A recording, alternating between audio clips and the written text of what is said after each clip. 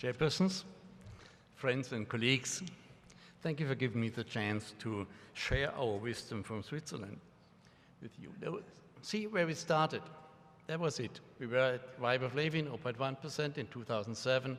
We had 3 milliwatt per square centimeter for 30 minutes, applying 5.4 joules, and we had aerobic condition because nobody thought about this oxygen stuff at all at that time. We saw that we destructing the normal architecture of the cornea about 250 microns deep, killing all the keratocytes, and then at that point here, then it's starting again to have a normal reflection pattern of the keratocytes.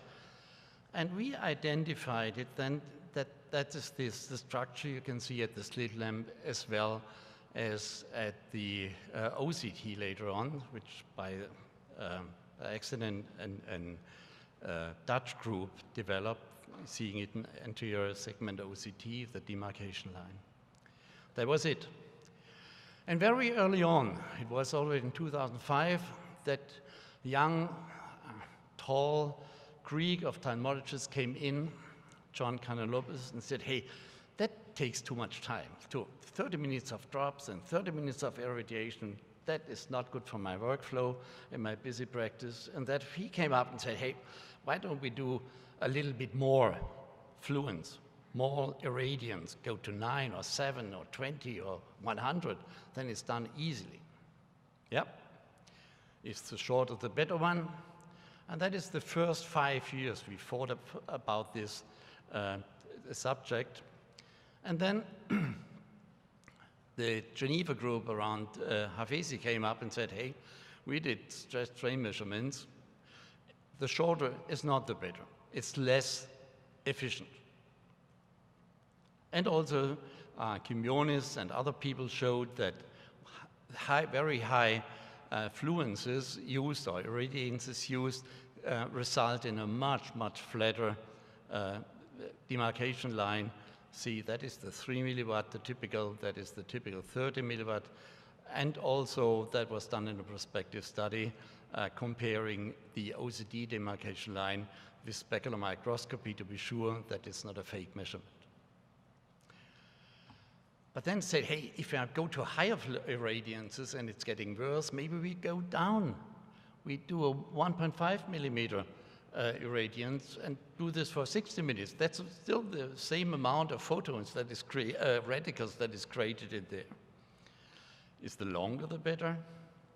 We were afraid of that because the workflow would be even worse in the practice. But then the Hafesi group again, Mrs. Kling and Hafesi brought up that there is no difference between the 1.5 milliwatt and the 3 milliwatt per square centimeter, 30 minutes versus 60 minutes. We're so happy about that result.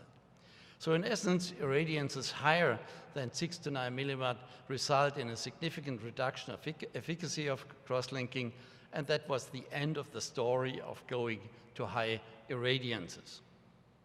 Now, if we go back to our original slide, the next thing was then maybe we just get more riboflavin into the cornea.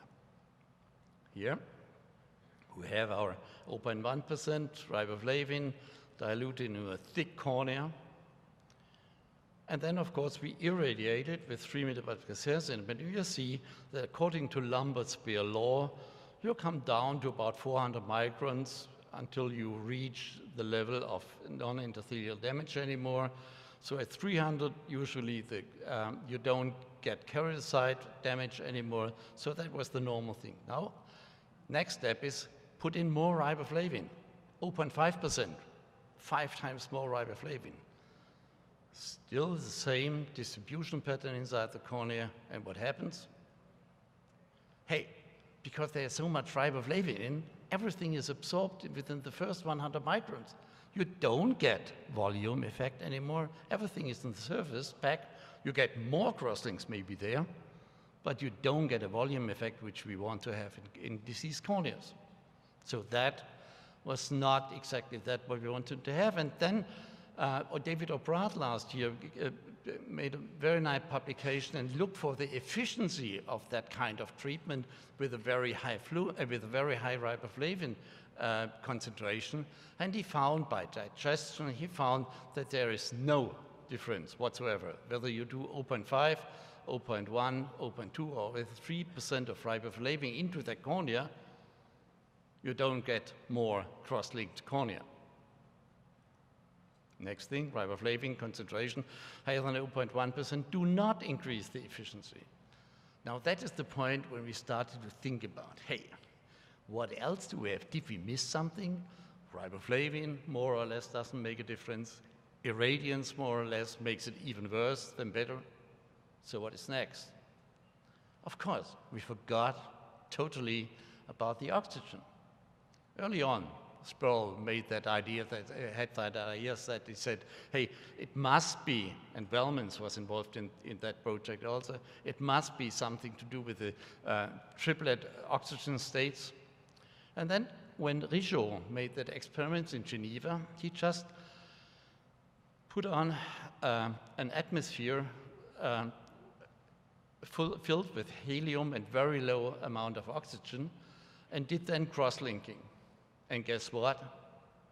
Nothing happened. If you don't have oxygen there, you don't get cross-linking, at least not with riboflavin and ultraviolet. No way. So oxygen is a mandatory component of the corneal cross-linking using ultraviolet and thing.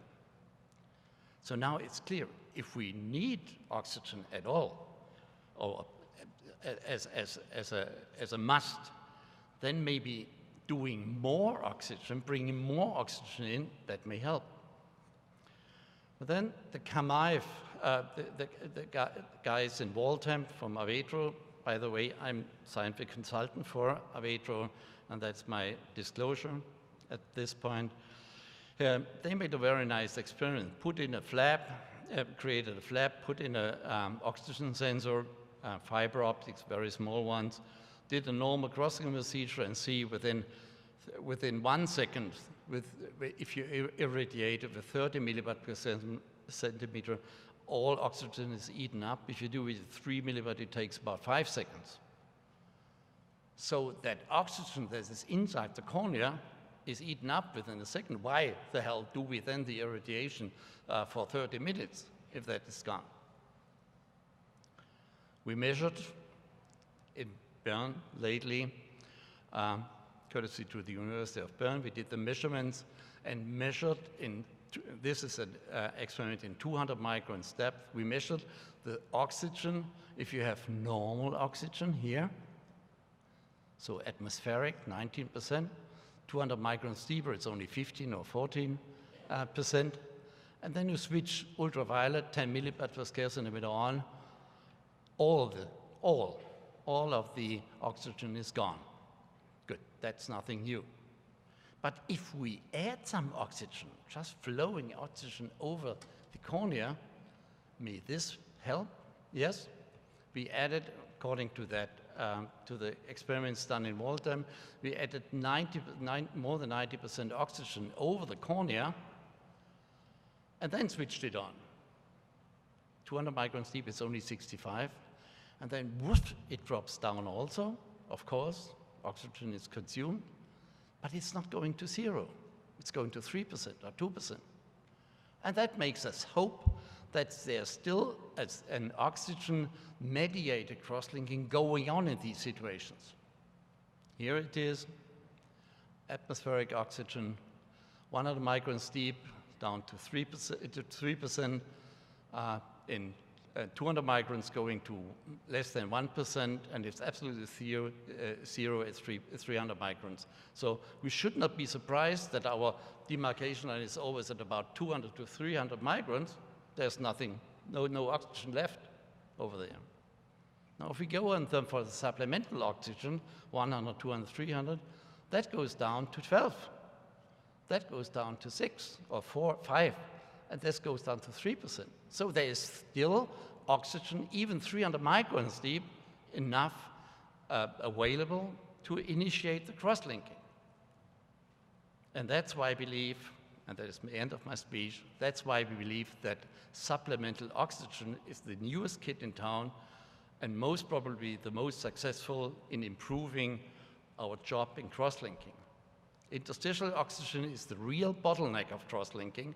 It's not the irradiance, it's not the riboflavin, it's the oxygen that is the bottleneck, and we have to increase to get more cross-linking into the cornea, we need to increase the oxygen, and therefore we believe that supplemental oxygen is a simple way to increase it. By the way, also in those cases where we do epi-on, where it's always much too less activity inside the cornea with epi-on procedures. Now with supplemental oxygen, that may be compensated. Or we saw in a customized crosslinking of the epi-off cornea with oxygen, dramatic flattening of 6-8 diopters already at 1 month after surgery. Thank you very much for your attention.